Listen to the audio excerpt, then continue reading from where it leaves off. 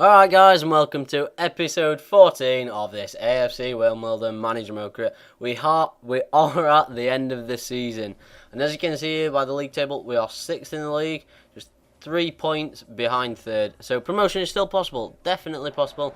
We went into the game against Dagenham and Redbridge knowing that all we need is 3 points. We can't settle for anything less, because the teams at the top aren't going to drop many points at all, so when they do, we need to take advantage. And as you can see here, in the 38th minute, Jarlett with a great run managed to get past about 3 defenders there, I think, but put his shot wide. We came back at them in the 49th minute in the second half, with Jolly this time, worked himself some good space and had a shot, but it was well saved by the keeper.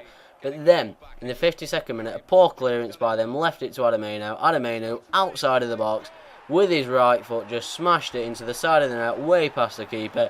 No chance of getting that. The Black Magic turns up yet again with another vital goal. And I thought at this point we could take control of the game and maybe seal the 3 points. But we didn't. And they had a chance in the 88th minute to break through on goal and equalise, make it 1-1. But they didn't, because the keeper Brown came out and saved well. So as you can see there, it finished 1-0 to me. And we were moving on in the league, although we were still 6th, but we were only 1 point behind 3rd place. It was so tight, unbelievably tight. And the game against Hereford was a must-win, I suppose. They were all must-wins because there were that many teams between us and all this and all that. And yeah, you get what I'm saying. But anyway, as you can see there, they got a free kick, even though we got the ball in the back of the net, which was frustrating because I didn't think it was a free kick. But anyway, in the 28th minute, Midson made some more great space for himself. But the keeper saved well, and we kept coming back at them. We were banging on the door, and eventually we got through the door with Midson. A great shot, just lovely left foot strike into the far left corner of the goal, past the keeper. And the assister was Ricky Wellard, as you can see there, just bottom cornerish area. And I thought we could control the game after this, but we couldn't, and straight away they came back at us and levelled up. H. Pell, Harry Pell, Hermione Pell, Hagrid Pell. I don't even watch Harry Potter. Harry Pell, of course, Harry, yeah. So, wow, I've never realised how many H's there are in Harry Potter and Hermione and Hagrid, and I'm sure there's one more.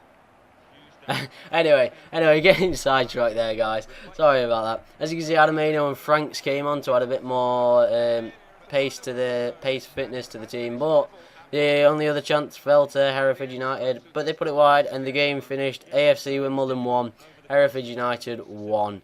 And as you can see, we slipped up in the table and we went back to 3 points behind. But it was still possible. There were 2 games, 6 points remaining, 3 points behind. It was doable. We just needed the 3 points against Oxford United. And we started the game quite well. We came out and had 1 or 2 chances. Their defence held firm though, so there weren't that many clear-cut chances that I could show as such. But in the 28th minute, we had a good shot with Moore, but the keeper saved well. And again in the 45th minute, Adameno, with a good run, twisted and turned, just as I love to do. Created some good space for himself, but put it over the bar. Really poor shot. But yet again, Adameno twisting and turning in the box.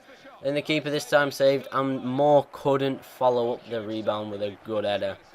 And then in the 55th minute, they got forward. Smalley, 1 touch, past the defender, into the back of the net.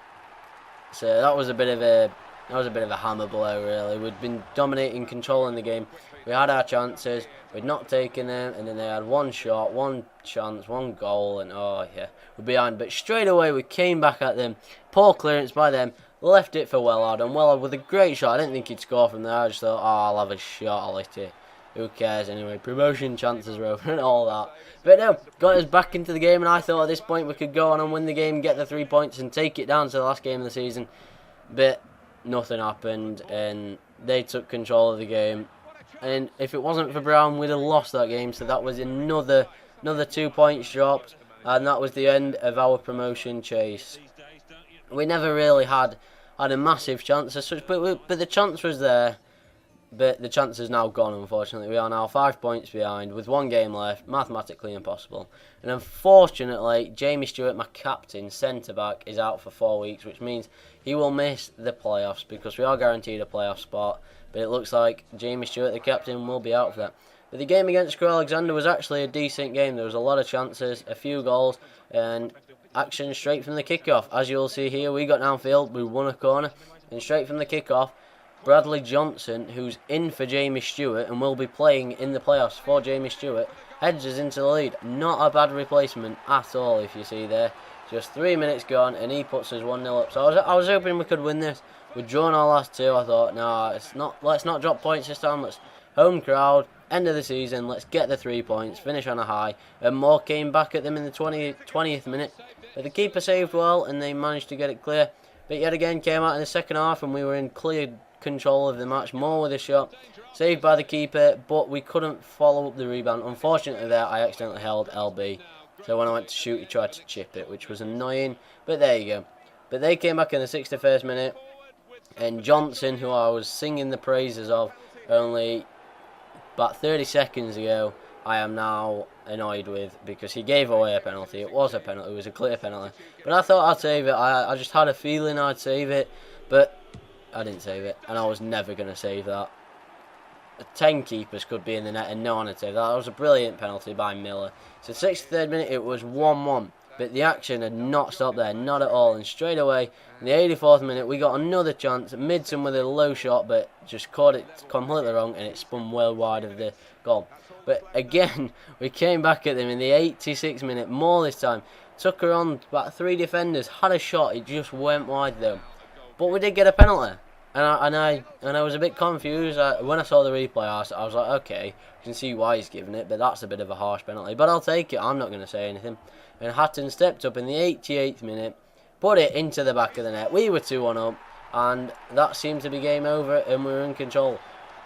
But as you know with me by now, that wasn't game over. We weren't in control. And although we had a last chance in the 90th minute, as you will see here, Kiernan, a beautiful through ball into Midson. Midson sweated it out, and Moore put it past the post.